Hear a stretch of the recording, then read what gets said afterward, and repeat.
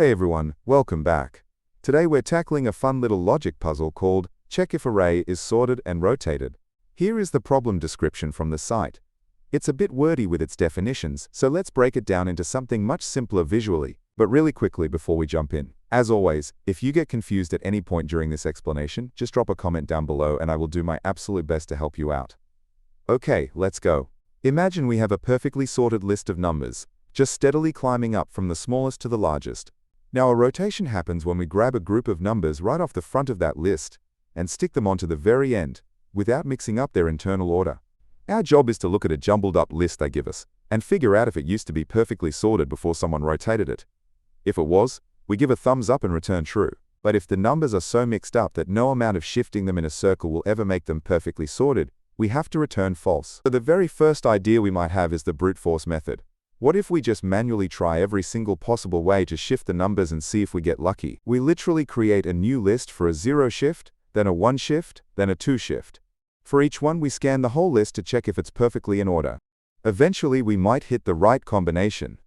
Here is the Python code for that brute force idea. You can see it physically creates a brand new array for every possible shift inside that big loop. Because we are scanning the entire list inside of a loop that also runs for the length of the list, the time complexity is order n squared. It works, but it's a bit slow. Let's look at another way. The second approach tries to be a bit smarter. First we take the list they gave us and we just sort a complete copy of it, creating a perfect cheat sheet. Then, we do a similar thing as before. We imagine rotating our original list, but this time we just compare it directly against our sorted cheat sheet to see if they match perfectly. Here is the code for that second approach. It looks a bit cleaner because we are using some math to wrap around the list instead of building a whole new one each time. Unfortunately, the time complexity is still order n squared. Comparing every single item during every single rotation is just too much work. We need the optimal trick. So let's talk about the third, optimal way. Let's really look at the shape of a valid list of numbers. The numbers should always go up, or stay the same. But eventually, if it was rotated, there will be one specific point where a bigger number sits right next to a smaller number. Let's call that a drop. Think about it. If the list was never rotated at all, and is just a normal sorted list, there would be exactly 0 drops. If it was rotated, there should only ever be exactly 1 drop. That drop happens right at the boundary where the back half of the list got moved to the front. If we find more than 1 drop anywhere in the sequence, we instantly know it's a completely broken list that can't be fixed. There is one crucial detail here. We have to treat the list like a continuous circle. This means we must check if the very last number drops down to the very first number. So our entire strategy boils down to this simple rule: just count the drops. If there is 1 or 0, we are golden. Anything more, and it's impossible. Here is the clean Python code for this optimal logic. Let's chop this into smaller pieces so we can see exactly what it's doing. We begin by making a simple counter to keep track of how many times a number drops, or what they call inversions in this code snippet. Then we loop through the entire list, comparing each number to the one right before it.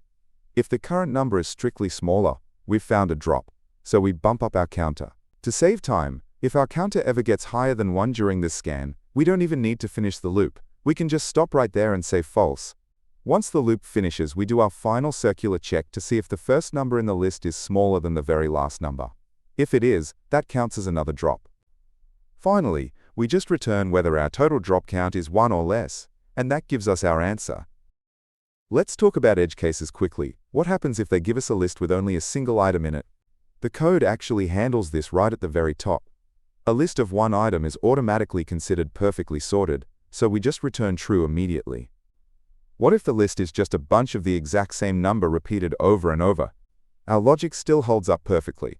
2 is never strictly smaller than 2, so our drop counter stays at exactly 0, and the function returns true, which is the right answer. Since we only need to walk through the list of numbers exactly once to count everything up, the time complexity is order n. This makes it incredibly fast and optimal. And because we are only storing a single tiny counter variable, regardless of how huge the list gets, the space complexity is order 1, or constant space. The big lesson to take away from this problem is that when a question talks about rotating an array, treating the list like a connected circle, and checking the gap between the start and the end is almost always the key to solving it efficiently. Alright, if you want to grab the exact optimal code without having to pause and type it all out, you can go to leetcodeunlocked.com via the link in the description.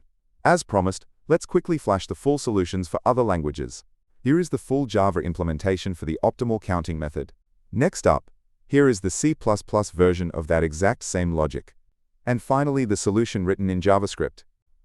To wrap things up, I want to quickly mention that you can probably tell this voice is AI. I originally built this system for myself to generate these visual explanations instantly so I could study faster.